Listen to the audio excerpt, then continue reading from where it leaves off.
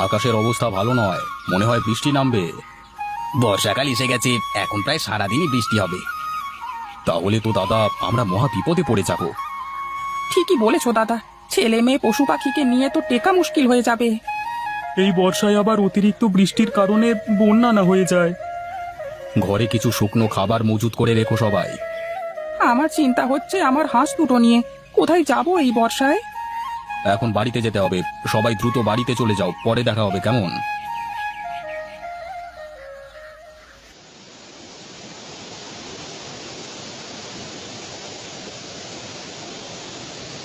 ভিজে তো একাকার হয়ে গেছো, বৃষ্টি শুরু হওয়ার আগে বাড়িতে চলে আসবে না? বর্ষার বৃষ্টির কোনো ঠিকানা আছে? যখন তখন নেমে পড়ে। বাবা, ঘরের ভেতর পানি পড়ছে। কি করব বাবা, আমাদের তো অনেক টাকা পয়সা নেই যে নতুন করে মেরামত করব। আগামীকাল কি খাবো সেটা নিয়েও চিন্তা করতে হয় আমাদের। হাঁস দুটোর কি হবে যদি অতিরিক্ত বৃষ্টির ফলে বন্যা হয়ে যায়? কিভাবে বাঁচবে খাবার না পেলে? সেটাই ভাবছি। অনেক রাত হয়ে গিয়েছে, শুয়ে পড়ো, সকালে দেখা যাবে। ঘরে তো খাবার কিছু নেই, বাজার থেকে কিছু বাজার করে নিয়ে এসো। সারা রাত বৃষ্টির জন্য কাজে যেতে পারলাম না, হাতে টাকাও নেই, বাজার করব কিভাবে? দেখো তোমার বন্ধুর কাছ থেকে কিছু টাকা ধার নিতে পারো কিনা। আচ্ছা দেখি, তুমি ঘর থেকে ছাতাটা নিয়ে এসে দাও, আমি হাঁসগুলোকে পুকুরে ছেড়ে দিয়ে আসি, ওরা নিজেরা কিছু খাবার জোগাড় করে খেতে থাকুক।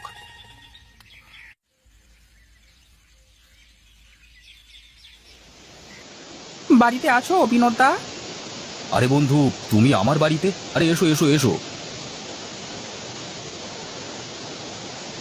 বড় বিপদে পড়ে এসেছি বন্ধু।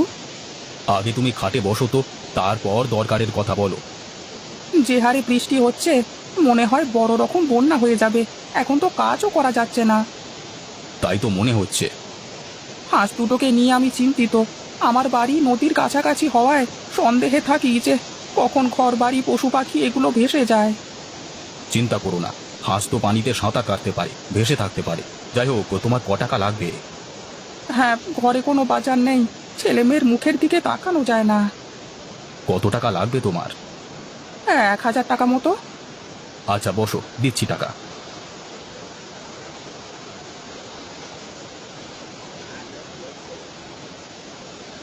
তাহলে আমি আসি বন্ধু। দুপুরের খাবারটা খেয়ে যেও। না বন্ধু, বাড়িতে বাজার নেই, আরেকদিন খাবো কেমন?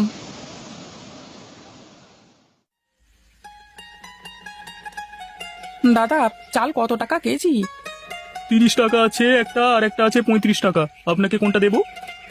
আমাকে 30 টাকা কেজি করে, ওটাই 10 কেজি দাও। আচ্ছা আচ্ছা দিচ্ছি। আর কিছু নেবেন দাদা? চিড়া আছে আপনার দোকানে? আছে। কতটুকু দেবো? কত টাকা করে কেজি? 50 টাকা প্রতি কেজি। 2 কেজি দেবেন। আচ্ছা দাঁড়ান।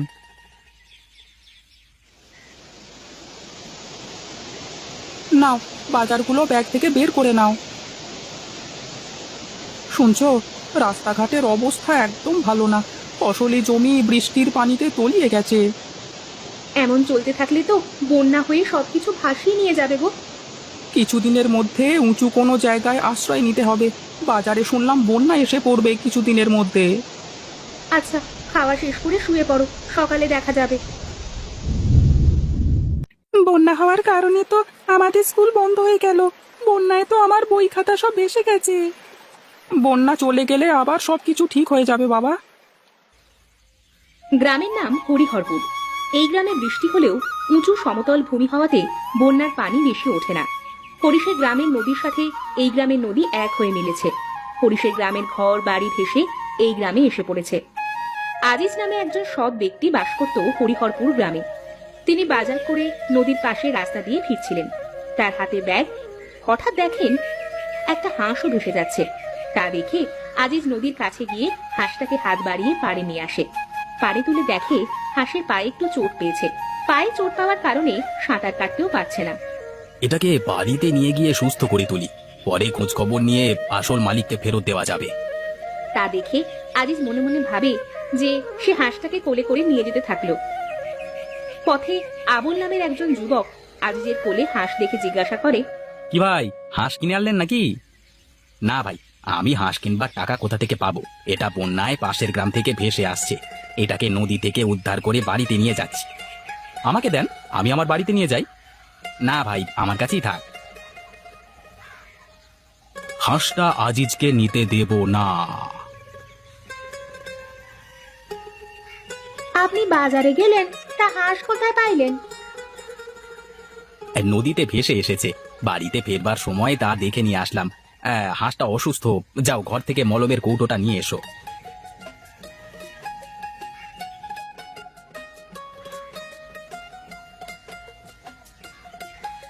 এখন তো বর্ষার বৃষ্টির কারণে পাশের গ্রামে বন্যা পানি সবকিছু ভাসিয়ে নিয়ে আসছে।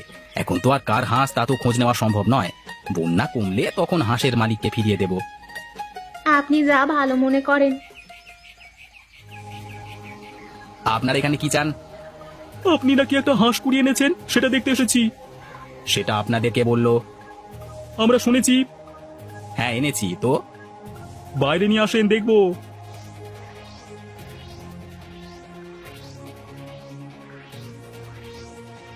হাঁসটার কালারটা সুন্দর আর স্বাস্থ্যও ভালো আছে, বুঝলি? মালটাকে যে করেও খাতাতে হবে। আজিজ, বাইরে এসো। আবার কি বলবেন আপনারা? আমরা হাঁসের মালিকের আত্মীয়কে নিয়ে এসেছি, সে হাঁস নিয়ে যাবে। ওনাকে দেখে তো তেমন মনে হচ্ছে না। ওনাদের আত্মীয়ের হাঁসই পানিতে ভেসে এসেছে। আপনাদের হাঁস হারিয়ে গেছে? তা আপনাকে দেখে তো মনে হয় না। আমি আপনাদের হাঁস দেব না, আপনারা এখন আসুন। আজকে আমরা চলে যাচ্ছি, কিন্তু আবার আসবো।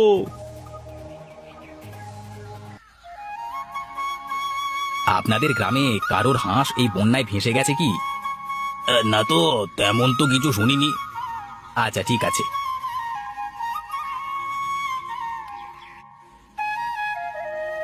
ভাই, আপনাকে তো এই গ্রামে আগে দেখিনি। একটা কাজে এসেছিলাম। কি কাজ জানতে পারি? হ্যাঁ পারেন। কিছুদিন আগে বন্যায় নদীতে একটি হাঁস ভেসে গিয়েছিল। সেটা কার, আমি সেটাই অনুসন্ধান করতে এসেছি আর কি। আপনি কি পেয়েছেন? হ্যাঁ। ওই হাঁসটা আমার। কিভাবে বুঝবো যে ওই হাঁসটা আপনার? হাঁসের গায়ের রং বাদামি, গলায় একটা নীল রঙের পুঁথির মালা, আর ডান পায়ে চোট পেয়েছিল হারিয়ে যাওয়ার আগের দিন। পানির কারণে দোকানপাট সব বন্ধ থাকায় ওর জন্য মলম কিনতে পারিনি। আপনি আমার সাথে আমার গ্রামে চলুন, আপনার হাঁসটা নিয়ে আসবেন। আজকে তো সন্ধ্যা হয়ে গিয়েছে, আপনি আপনার ঠিকানা দিয়ে যান, আমি সকালের দিকে রওনা হব। বাড়িতে আছেন ভাই? কে? আমি হরিশ, হাঁস নিতে এসেছিলাম। ও আপনি, দাঁড়ান দাঁড়ান, আসছি।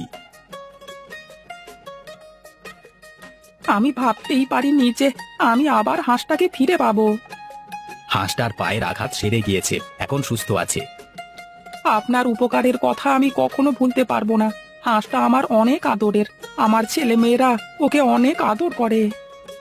সকালের খাবার খেয়ে যাবেন, যাবার সময় আসুন আসুন। আজকে না, আর একদিন আসবো, কেমন?